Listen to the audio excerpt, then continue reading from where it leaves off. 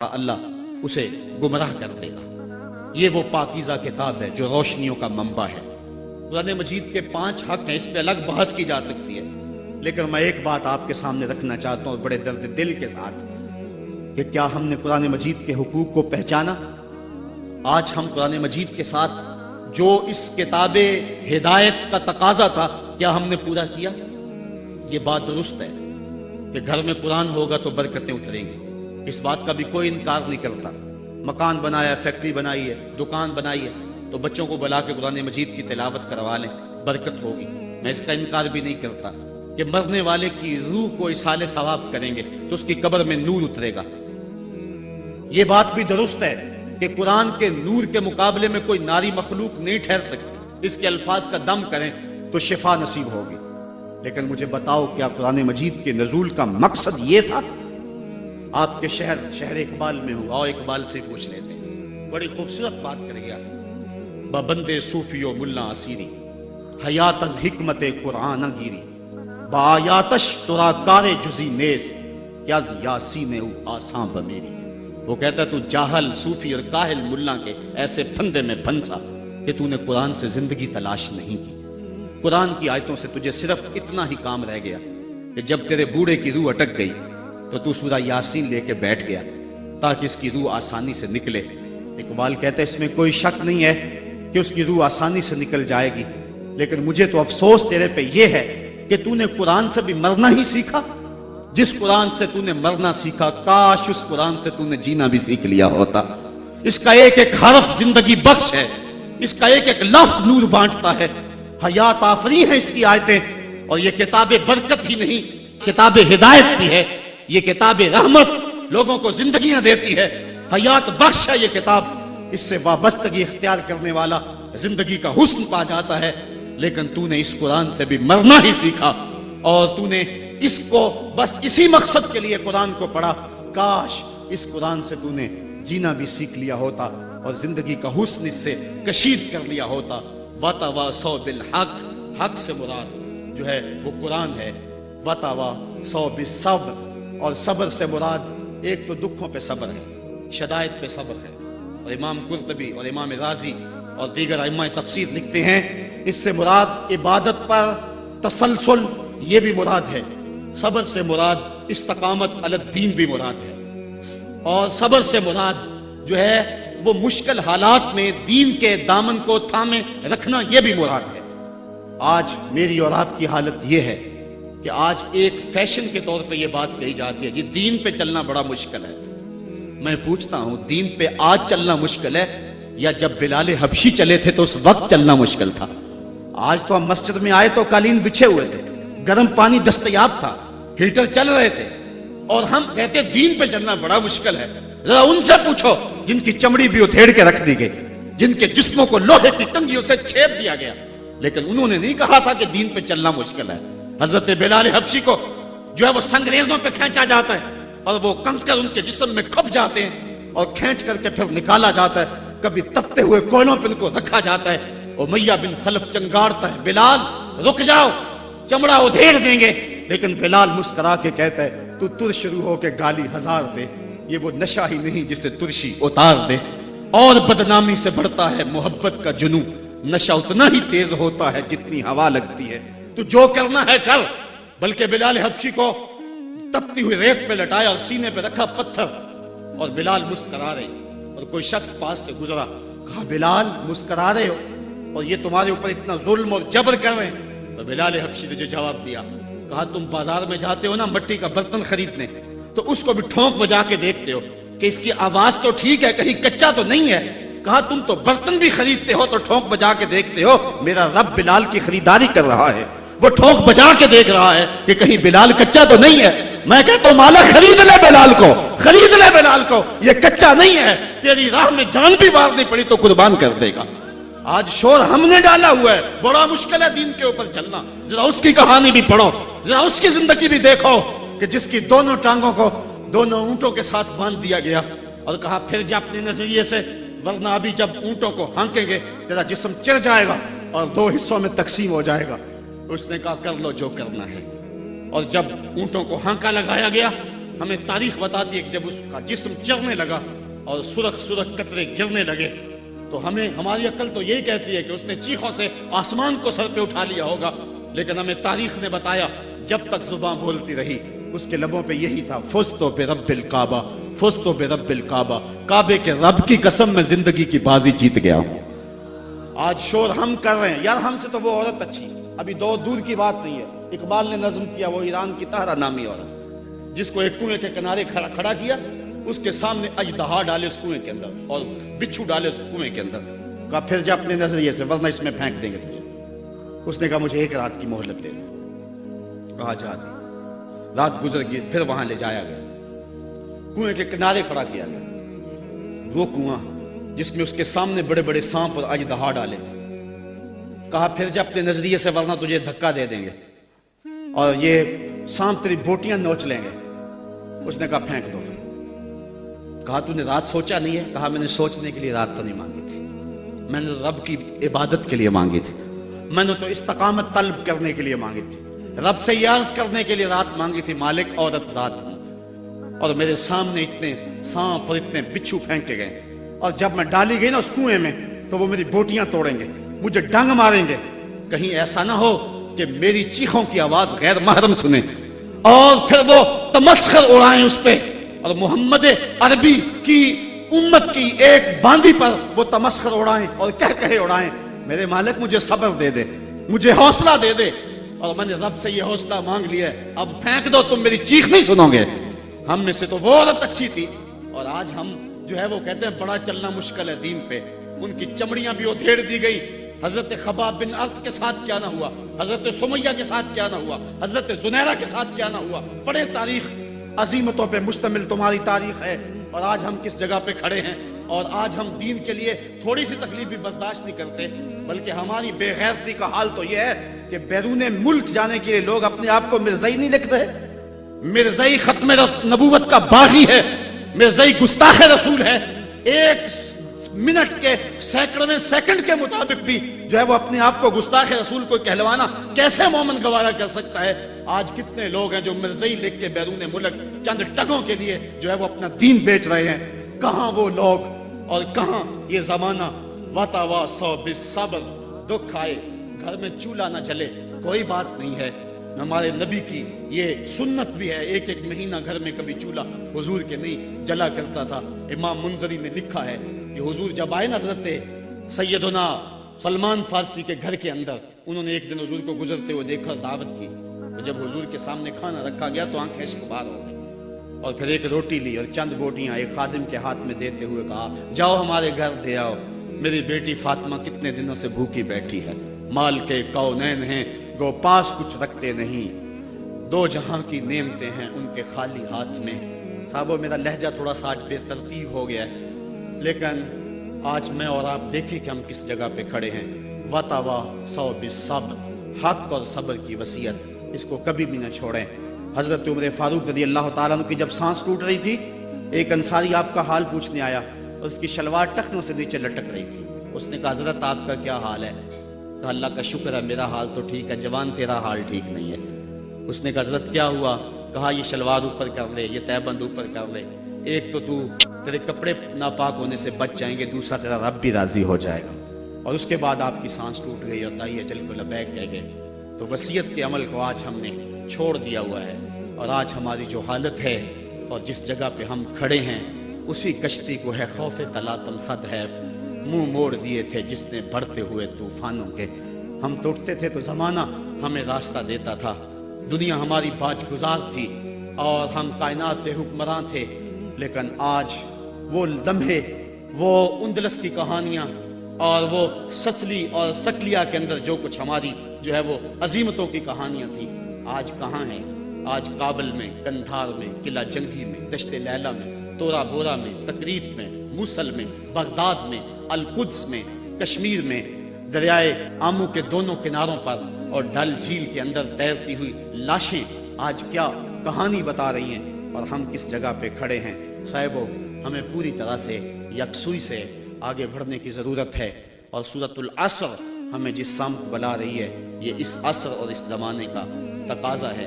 اللہ تعالیٰ میرے بے ترتیب جملوں کو اپنی بارگاہ میں قبول فرمائے۔ اور وہ رب ایسا فرماتا ہے اسحد و بلال عند اللہ اشہد، بلال کی اسحد بھی اللہ کے ہاں اشہد ہے۔ تو اللہ تعالیٰ میری اسحد کو قبول کر لے اور میرے لفظوں کا درد دلوں میں اتار دے، اور اللہ امت کو کھویا ہوا مقام عطا فرما دے۔ کار ما آخر شدو آخر زما کار نشد، مشتے خاکے ما غبارے کوچائے یارے نشد۔ ورنہ جی تو نہیں چاہتا تھا کہ بات کو چھوڑوں، جی چاندہ اس رات نو میں شر دی فجر تک روک لواں، جے وس چلے میرا تے سونے نو حشر تک روک لواں۔ نہ نظر کرم دی چات مکے، نہ یہ بات مکے، نہ یہ رات مکے، مگر دل کے ارمانہ پورے ہوئے تھے ابھی، یہ غضب ہو گیا کہ سحر ہو گئی۔ ان کی زلفیں جدھر بھی بکھرتی گئی، گیت گاتی ہوئی شب ادھر ہو گئی۔ ان کی آنکھوں میں ایسا نشہ تھا فراز، جس نے دیکھا وہی لڑکھڑاتا گیا۔ اس سمت ہی بہاروں کے رخ پھر گئے، جس طرف کے نشیلی نظر ہو گئی۔ چاند گہنا گیا، مہر شرما گیا، حسن ہر ایک شے کا سوا ہو گیا۔ ان کے آنے کا یارو مزہ آ گیا، پوری دنیا ہی شیر و شکر ہو گئی۔ کن کی کنجی ہے جس کی زباں وہ نبی، جس کی قرآن ہے داستاں وہ نبی۔ ان کی نظروں کی وسعت کی کیا بات ہے، جب بنی ہم پہ ان کو خبر ہو گئی۔ تم سے فریاد ہے گنبد خضرا والے، کعبے والوں کو ستاتے ہیں کلیسا والے۔ وآخر دعوانا حضرت علامہ فاضل نوجوان ثاقب رضا مصطفائی افکار و خیالات کا اظہار فرما رہے تھے۔ بقول ان کے بے ترتیب الفاظ انہوں نے قلوب و اذہان میں جو تلاطم بپا کیا ہے، میری دعا ہے کہ اللہ رب العزت اس کا اثر تادیر قائم رکھے۔ جھنجھوڑ دینے والے افکار خوبصورت دل فریب نہیں دل نشیں انداز کے ساتھ انہوں نے پیش کیا کہ چہرہ گردش ماحول نکھر جائے گا، ایٹمی دور کا انسان سدھر جائے گا۔ اے نئے دور تجھے امن کی حاجت ہے اگر، اے نئے دور تجھے امن کی حاجت ہے اگر، تھام لے دامن سرکار سنور جائے گا۔ اے نئے دور تجھے امن کی حاجت ہے اگر، تھام لے دامن سرکار سنور جائے گا۔ کہ یہ آرزو نہیں کہ قائم یہ سر رہے، یہ آرزو نہیں کہ قائم یہ سر رہے، میری دعا تو ہے کہ تیرا سنگ در رہے، میری دعا تو ہے کہ تیرا سنگ در رہے۔ اور اے ساقی تیری خیر تیرے میں کدے کی خیر، اے ساقی تیری خیر تیرے میں کدے کی خیر، ایسی پلا کہ جس کا نشہ عمر بھر رہے، ایسی پلا کہ جس کا نشہ عمر بھر رہے۔ اور شعر قابل توجہ ہے، سب احباب بالخصوص صاحبان تصوف کی خصوصی توجہ چاہوں گا کہ فرقت کی سختیاں مجھے منظور ہیں مگر، فرقت کی سختیاں مجھے منظور ہیں مگر، اتنا ضرور ہو کہ تجھے بھی خبر رہے، اتنا ضرور ہو کہ تجھے بھی خبر رہے۔ اور اے جانے جاں تو ہی تو ہے مقصود کائنات، اے جانے جاں تو ہی تو ہے مقصود کائنات، میرا نشان رہے نہ رہے تو مگر رہے، میرا نشان رہے نہ رہے تو مگر رہے۔ یہ آرزو نہیں کہ قائم یہ سر رہے، میری دعا تو ہے کہ تیرا سنگ در رہے، میری دعا تو ہے کہ تیرا سنگ در رہے۔ دوسرا معنی، عصر سے مراد وقت عصر ہے، جب سورج ڈھل جائے اور ہر چیز کا سایہ اس کے اصلی سائے سے 2 گنا ہو جائے، تو اس وقت سے لے کر کے غروب تک وقت عصر ہوتا ہے۔ جس طرح اللہ تعالیٰ نے چاشت کے وقت کی قسم سورۃ الضحیٰ میں فرمائی، یہاں سورۃ العصر میں اللہ نے عصر کے وقت کی قسم فرمائی۔ تیسرا معنی، عصر سے مراد نماز عصر ہے۔ نماز عصر کی اہمیت کے پیش نظر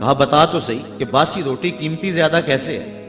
تو اس نے کہا کہ یہ جو باسی روٹی ہے اس کو تازہ روٹی کی نسبت ایک دن حضور کے زمانے سے قربت زیادہ ہے، حضور کی قربت کی وجہ سے اس کا وزن ہے اور اس کی قیمت ہے۔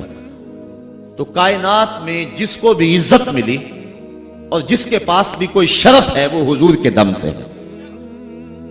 ہم نے قطرہ دیکھا نہ کبھی دریا پہ غور کیا، بس جہاں تیری جھلک نظر آئی وہیں ڈوب گئے۔ تو اس نسبت کے دم سے بہار ہے اور کائنات کا سارا حسن حضور کے قدموں میں ہے۔ تو کہا محبوب مجھے قسم تیرے زمانے کی، انسان خسارے میں ہے۔ اب انسان تو خسارہ ماننے کو تیار نہیں ہے، وہ کہتا میں تو خسارے میں نہیں ہوں، میں تو ہواؤں کے دوش پہ اڑتا ہوں، میں تو کائنات کو نخچیر بنایا ہوا ہے، زمانہ میرا باج گزار ہے، ستاروں پہ کمندے میں ڈال چکا ہوں، میں اپنی زندگی کو آسائشوں سے بھر لیا ہوا ہے، کہاں وہ گھاس پھوس کے جھونپڑے اور کہاں عالی نصب کوٹھیاں، کہاں کھانے کے لیے نان شبینہ بھی میسر نہیں تھا، اور کہاں اتنے کھانے کہ انتخاب مشکل ہو جاتا ہے، کہاں پیوند لگے ہوئے کپڑے اور کہاں اتنے لباس ہیں کہ بدلنے کی باری نہیں آتی ہے۔ تو میں تو خسارے میں نہیں ہوں، میں تو ہواؤں کے دوش پہ اڑتا ہوں، میں تو سمندر کی تہوں میں اتر جاتا ہوں، میں تو پوری دنیا کو گلوبل ولیج بنا لیا ہوا ہے، میں تو کائنات کا سارا حسن کشید کر لیا ہے، میں تو خسارے میں نہیں ہوں۔ اللہ کہتا ہے محبوب مجھے قسم تیرے زمانے کی، یہ خسارے میں ہے، یہ خسارہ ماننے کو تیار نہیں، اور اللہ کہتا ہے محبوب مجھے تیرے زمانے کی قسم یہ خسارے میں ہے۔ تو امام راضی فرماتے ہیں، آپ فرماتے ہیں جو خسارہ ہے یہ انسانیت کا ہے۔ اگر یہ ہواؤں کے دوش پہ اڑتا ہے تو یہ انسان کا کمال نہیں ہے، یہ تو چڑیا بھی اڑتی ہے، یہ تو مکھی بھی اڑتی ہے، اگر یہ پانی میں تیرتا ہے تو یہ تو مچھلی بھی تیرتی ہے، اگر اس نے آسائشیں اور سہولتیں اپنے لیے تلاش کر لی ہیں تو وہ تو دوسری مخلوقات کو بھی حاصل ہے۔ تو انسان کا خسارہ ہے، انسان کا یہ جو عروج جس کی یہ کہانی سنا رہے یہ حیوانیت کا عروج ہے، اس کی انسانیت کہاں گئی؟ ہواؤں کے دوش پہ تو اڑتا ہے لیکن من کی دنیا سے تو ناآشنا ہے، یہ ستاروں پہ کمندے تو ڈال رہا ہے، ہمسائے کی تو خبر نہیں سے کو، یہ دنیا کے اوپر بڑا باخبر شخص ہے لیکن اسے جو ہے وہ اپنے من کی خبر بھی نہیں ہے۔ ہمارا نرم رو قاصد پیام زندگی لایا، خبر دیتی تھی جن کو بجلیاں وہ بے خبر نکلے، یہ تو من سے ناآشنا ہے، کہاں گئی اس کی انسانیت؟ یہ ہواؤں میں اڑتا ہے، کمایا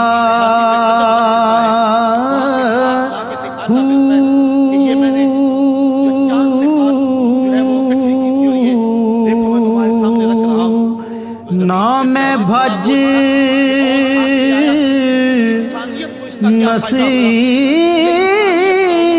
نصیتی وڑیا نا تسبا اس کی انسانیت کہاں گئی؟ یہ بھائی ہو کے بھائی کا گلا نہیں کاٹ رہا، کہاں گئی اس کی انسانیت؟ کہا محبوب مجھے قسم ہے تیرے زمانے کی، یہ خسارے میں ہے۔ اور قسم محبوب کے زمانے کی اس لیے فرمائی کہ محبوب کے زمانے میں انسان عروج پہ تھا، انسان نقطہ کمال پہ تھا۔ اس دور کا انسان دیکھنا ہو تو ابو بکر و عمر کو دیکھو۔ تو کہا محبوب مجھے قسم تیرے زمانے کی، یہ انسان خسارے میں، اگرچہ یہ ہواؤں کے دوش پہ اڑتا ہے لیکن اس کی انسانیت لٹ چکی ہے۔ اور اگر اس نے انسان دیکھنا ہے تو محبوب آئے تیرے دور میں، یہ تو بھائی بھائی کا گلا کاٹ رہا ہے، خون سفید ہو گیا، ایکسیڈنٹ میں جو بچ جاتے ہیں وہ مرنے والوں کی گھڑیاں اتارتے ہیں، اس کی تو حالت انسانی جو ہے وہ برباد ہو چکی ہے، لیکن حسن دیکھنا ہے انسانیت کا تو آئے تیرے دور میں۔ جب ایک شخص زخموں سے چور تڑپ رہا ہے اور کہتا ہے العطش، ہائے مجھے پیاس لگی، ایک بندہ کہیں سے پانی کا پیالہ لیے اس کی پیاس بجھانے کے لیے آگے بڑھتا ہے اور اس کو پانی دیتا ہے اور وہ بھی ہونٹوں تک لے آتا ہے کہ دوسری طرف سے آواز آتی ہے العطش، تو یہ پیالہ اسی وقت پیچھے کر دیتا ہے اور کہتا ہے میرے بھائی کو شاید زیادہ پیاس لگی ہے، پہلے اسے دے دو مجھے بعد میں دینا۔ اور یہ جب اس کے پاس جاتا ہے اور وہ پانی پینے لگتا ہے تو تیسری جگہ سے آواز آتی ہے، یہ اسے پانی دیتا ہے تو چوتھی جگہ سے آواز آتی ہے، حتیٰ کہ 7 اشخاص کے پاس پانی لے کے جاتا ہے اور ہر ایک آگے ترجیح دیتا ہے، اور جب وہ ساتویں شخص کے پاس پہنچتا ہے تو پہلے کے کراہنے کی آواز بڑھ جاتی ہے، یہ کہتا ہے پیچھے بھاگ، پہلے اسے پانی دے، اور جب یہ پلٹ کے آتا ہے تو اس کی روح پرواز کر جاتی ہے، پھر دوسرے کے پاس جاتا ہے تو اس کی روح پرواز کر جاتی ہے۔ پانی کا ایک پیالہ اور 7 آدمی زندگی اور موت کی کشمکش میں، نزع کا عالم، اور ایک دوسرے کو ترجیح دے رہے ہیں۔ کہا یہ تھا حسن انسانیت کا، محبوب جو تیرے زمانے میں تھا، مجھے قسم تیرے زمانے کی یہ انسان خسارے میں ہے، اگر خسارے سے بچنا ہے تو دامن محمد کا تھامنا ہو۔ الا الذین آمنوا کا بیان اس پہ گواہی دے رہا ہے۔ تو یہ انسان کا خسارہ ہے، انسانیت کا خسارہ ہے۔ شیخ زادہ نے بیضاوی کے حاشیے میں ایک اور خسارے کا پہلو بیان کیا حضرت علی المرتضیٰ رضی اللہ تعالی عنہ سے۔ آپ فرماتے ہیں خسارہ یہ ہے، یہ انسان کی جو سانسیں ہیں، ہم لمحہ لمحہ سمجھتے ہیں کہ ہم بڑے ہو رہے ہیں لیکن ہم موت کے قریب ہو رہے ہیں، یہ سانسیں موت کی طرف بڑھنے والے قدم ہیں۔ تو یہ ہے انسان کا خسارہ جو اپنی سانسوں کے ذریعے کر رہا ہے۔ امام راضی لکھتے ہیں کہ ایک شخص پھٹے پہ رکھ کے برف بیچ رہا تھا، اور ایک بزرگ کہتے ہیں کہ مجھے ان الانسان لفی خسر کا ترجمہ سمجھ میں نہیں آتا۔ جب اللہ کرم نوازی فرمانے لگے تو پھر ہدایت کے سامان اس کے لیے بنتے چلے جاتے ہیں، اور جب کسی کی بہتری کا اللہ ارادہ نہ کرے تو اسے قرآن سے بھی ہدایت نہیں ملتی۔ تو وہ کہتے ہیں میں گیا بازار میں، سمرقند کا بازار تھا، وہاں ایک آدمی پھٹے پہ رکھ کے برف بیچ رہا تھا، اور آواز کیا لگا رہا تھا، توجہ چاہوں گا، کہہ رہا تھا ارحموا من یذوب راس مالہ، اور میرے پہ رحم کرو، مجھ سے برف لے لو، اگر تم نے برف خریدنے میں دیر کر دی تو میں کمائی کیا کرنی ہے، جو میں نے پیسے لگائے ہیں وہ بھی میرے لٹ جائیں گے، میرا راس المال بھی برباد ہو جائے گا، کیونکہ برف ایسا سودا ہے کہ اگر گاہک وقت پہ نہ پہنچے تو نقصان ہو جاتا ہے۔ کوئی اور چیز ہے آج نہیں بکی تو کل بیچ لیں گے، کل نہیں تو پرسوں بیچ لیں گے، لیکن برف کا اگر گاہک وقت پہ نہ آیا تو کمائی کیا کرنی ہے، راس المال بھی لٹ جائے گا۔ تو وہ جانے والوں کو کہہ رہا تھا ارحموا من یذوب راس مالہ، اور میرے پہ رحم کرو، مجھ سے برف لے لو، اگر تم نے دیر کر دی تو میرا اثاثہ بھی لٹ جائے گا، میرا راس المال بھی برباد ہو جائے گا۔ تو وہ بزرگ فرماتے ہیں جب اس نے یہ بات کہی تو مجھے ان الانسان لفی خسر کا ترجمہ سمجھ میں آ گیا۔ میں نے کہا کہ ہم بھی اپنے سانسوں کی برف کو پگھلا رہے ہیں، اور قطرہ قطرہ جس طرح برف پگھلتی ہے، سانس سانس کر کے زندگی پگھل رہی ہے۔ اگر جلدی جلدی ان سانسوں کے بدلے میں نیکیاں لے لیتے ہیں تو یہ زندگی بچ جائے گی، ورنہ یہ زندگی برف کی طرح پگھل رہی ہے۔ ان الانسان لفی خسر، انسان خسارے کا سودا کر رہا ہے، لمحہ لمحہ موت کے قریب ہو رہا ہے۔